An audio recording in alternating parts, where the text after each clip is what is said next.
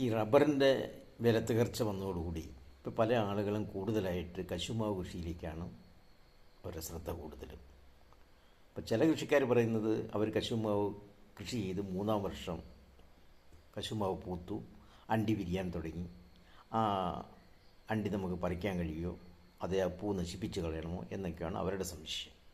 ചില ആളുകൾ പറയുന്നത് ഇട്ട് 3 വർഷമായി, എന്ന് വെച്ചോ അതേപോലെ തന്നെ ഒരു കൂമ്പ് വരെ വന്നിട്ടില്ല എന്നുള്ളത്.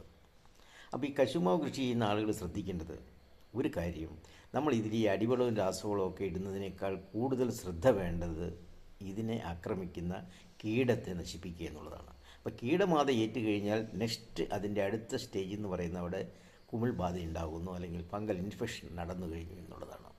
അപ്പോൾ കീടബാധയും ഫംഗൽ ഇൻഫെക്ഷനും കൂടെ വരുമ്പോൾ ഉണ്ടാകുന്ന ഓരോ സ്റ്റെപ്പ് തളിരുകളും അന്നേരം നഷ്ടപ്പെട്ടു പോകും. ഇത് ഒരു സ്റ്റെപ്പും മേലോട്ട് പോകാതെ ഒരു സ്റ്റെപ്പ് പോകുന്നതിനനുസരിച്ച് അതിൻ്റെ അടിയിൽ നിന്നാണ് പിന്നെ അടുത്ത മുള വരുന്നത്. ആ സ്റ്റെപ്പും നഷ്ടപ്പെട്ടു പോകുന്നു ഈ കീടബാധയും ഫംഗൽ ഇൻഫെക്ഷനും കൊണ്ട്. അതുകൊണ്ട് ഓരോ കൃഷിക്കാരനും രാസവളമോ ജൈവവളമോ ഇട്ട് പരിപോഷിക്കാനുള്ള ശ്രദ്ധ മാറ്റിവെച്ചിട്ട് ഇതിനെ കീടരോഗബാധയിൽ നിന്ന് ഒരു 3 വർഷം സംരക്ഷിക്കുക. അപ്പോൾ നമുക്ക് എന്ത് ചെയ്യണം? കീടത്തെ നിയന്ത്രിക്കാനുള്ള മരുന്നും കുമിളിനെ നിയന്ത്രിക്കാനുള്ള മരുന്നും നാം അടിച്ചു കൊടുക്കണം. എപ്പോഴടിച്ചു കൊടുക്കണം? ഓരോ തളിര് വരുന്ന സമയത്തും.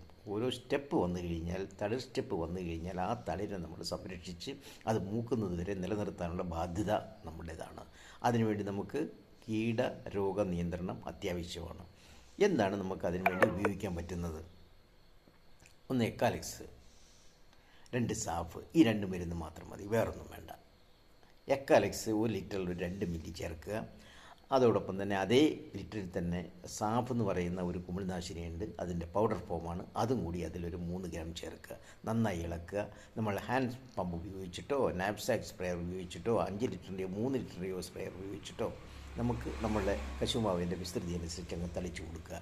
അതോടുകൂടി നമുക്ക് കീടരോഗ ബാധ താൽക്കാലികമായി നിന്നു. ഇനി നമുക്ക് എപ്പോഴുണ്ടാകുന്ന അടുത്ത സ്റ്റെപ്പ് 2 മാസം കഴിഞ്ഞിട്ടേ വരികയുള്ളൂ. അതുവരെ നമുക്ക് അതിനെ സംരക്ഷിച്ച് നിർത്തി വീണ്ടും നമുക്ക് പുതിയ തളിര് വരുമ്പോൾ ഇതേ പ്രയോഗം തന്നെ വീണ്ടും ചെയ്യണം. ഇങ്ങനെ നാം ഒരു കൊല്ലത്തിൽ ചെയ്തുകൊണ്ടിരുന്നാൽ 3-ാം വർഷം നിങ്ങൾക്ക് അണ്ടി പറിക്കാം.